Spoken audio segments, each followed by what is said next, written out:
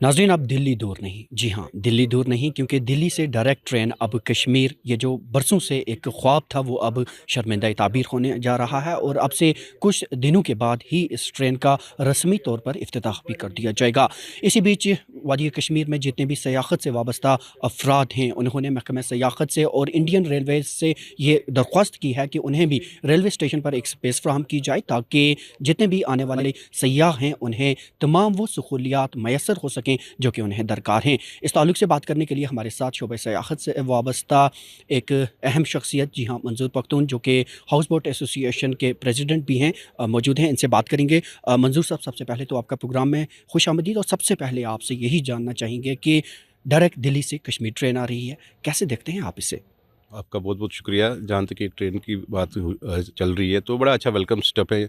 ये हमारे एक लॉन्ग पेंडिंग डिमांड बहुत पहले से थी कि हम भी मुल्क के बाकी हिस्सों से कनेक्ट होने चाहिए जहाँ तक टूरिज़्म का सवाल है। बहुत सारे लोग थे वो यहाँ पे आ नहीं पा रहे थे। बहुत सारे वजूहात थे, जैसे हाई एयर फेयर्स की वजह से नहीं आ पा रहे थे, और जो हमारा लो एंड और मिडिल क्लास टूरिस्ट है वो ज़्यादा से ज़्यादा अब ट्रैवल करेगा। अच्छी बात है, वेलकम स्टेप है, बहुत अच्छी बात है।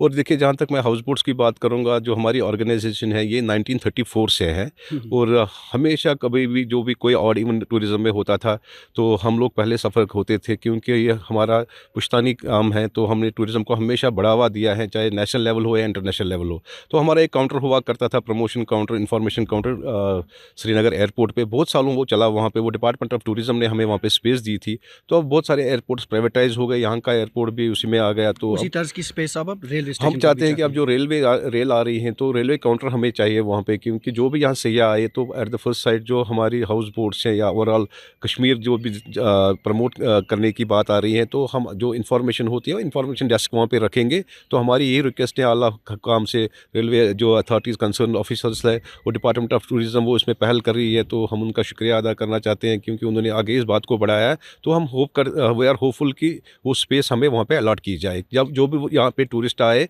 तो उनको एक सुविधा मिले, खासकर जो इन्फॉर्मेशन है वो उनको प्रोवाइड हो जाए। सर, डोमेस्टिक टूरिज़्म को यकीनन फ़रोग़ मिलेगा। क्या आप समझते हैं कि इससे फ़ॉरेन टूरिस्ट जो हैं, उनकी भी आमद मुतवक्का है? देखिए, जब ऐसी चीज़ें डेवलपमेंट्स होती हैं तो हर एक में उत्साह होती है कि हुँ, हुँ। नया-नया कुछ देखे। जो ये ट्रेन होगी, मुझे लगता है कि जो भी चाहे डोमेस्टिक हो या फॉरेनर हो, it will be one of the best journey of their life, हुँ। कि अगर वो इस ट्रेन में सफ़र करेंगे। और अभी ये डोमेस्टिक जो हमारे लोग हैं विद इन द कंट्री, वो बहुत उत्साहित हैं, और जब आहिस्ता-आहिस्ता ये बढ़ती जाएगी तो डेफ़िनेटली फॉरेनर जो है वो भी आना चाहेंगे इस ट्रेन में। मैक्सिमम लोग विंटर टूरिज़्म जो कश्मीर का होता है, जी। उसे नहीं देख पाते थे, क्योंकि शाहराएँ हमारी जी, बंद जी। हो जाया करती थी, एयरलाइंस भी मुतासर हो जाया करती थी। लेकिन अब ज़मीनी राबिता ट्रेन का जो है वो बहाल रहेगा जब साल के 12 महीने, तो किस तरह देखिए, देखते हैं? जो अब कश्मीर की डेस्टिनेशन ये राउंड द ईयर डेस्टिनेशन बनती जा रही है, क्योंकि हमारे 4 सीज़न्स होते हैं।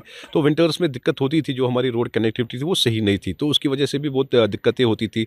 जो लोग जम्मू कटरा आते थे वो कश्मीर आना चाहते थे, फिर रोड की वजह से नहीं आ पा रहे थे। हुँ, हुँ। तो आप देखिए कि कितना टाइम कम लगता है। आज 4-5 घंटे में आप जम्मू से श्रीनगर पहुँच सकते हैं। अब ट्रेन आएगी तो 3 घंटे का सफ़र होगा।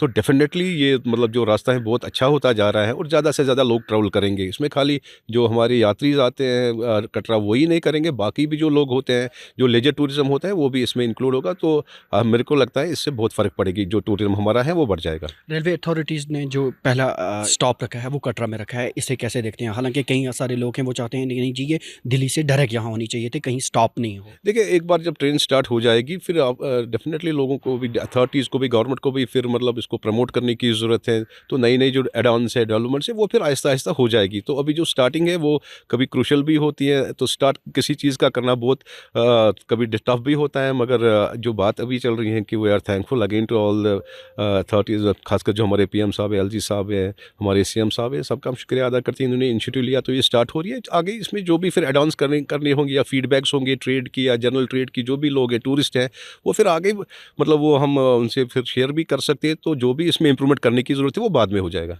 तो ज़ाहिर है सर, अब सयाह तादाद जो है वो बढ़ जाएगी। जो हमारा यहाँ पे कैपेसिटी, मौजूदा कैपेसिटी है, डू यू थिंक कि उसे भी अब इंक्रीज़ करने की ज़रूरत है, चाहे इंफ्रास्ट्रक्चर को लेकर हो या दीगर मामला? देखिए, कैरिंग कैपेसिटी तो ज़रूरी होता है, मतलब हमारे पास जितनी कैपेसिटी है, अब वो पता आगे चलेगा कि क्या बढ़ाने की ज़रूरत है, नहीं भी बढ़ाने की ज़रूरत है। अगर बढ़ाने की भी ज़रूरत है तो इको फ्रेंडली होना चाहिए, खासकर एनवायरनमेंट का भी हमें ख्याल रखना चाहिए।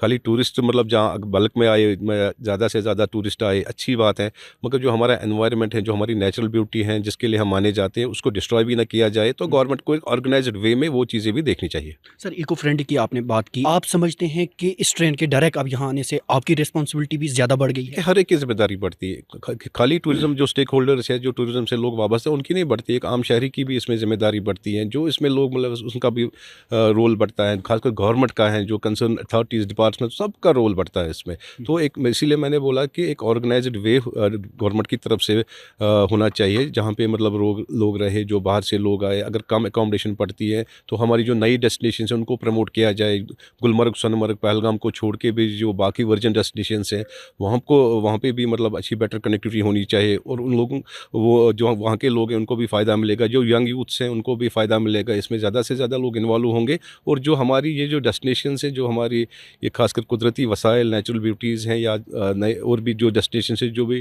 पूरे इन चीज़ों से लेस हैं, उनको हमें बचाने की भी ज़रूरत है। खाली टूरिज़्म लाने से या टूरिज़्म आने से हमारा वो मसला तो हल नहीं हो सकता है। चलो मैटर ऑफ लाइवलीहुड बहुत सारे लोगों को मिल सकता है, मगर जो सस्टेनेबिलिटी होती है वो हमारा तब पूरा होगा जब उसका हम ख्याल रखेंगे।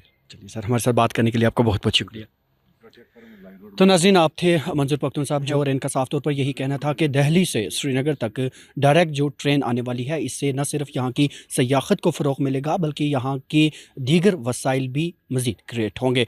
दैनिक सवेरा के लिए श्रीनगर से कैमरामैन यसरफ खान के साथ में ज़ुबैर कुरैशी।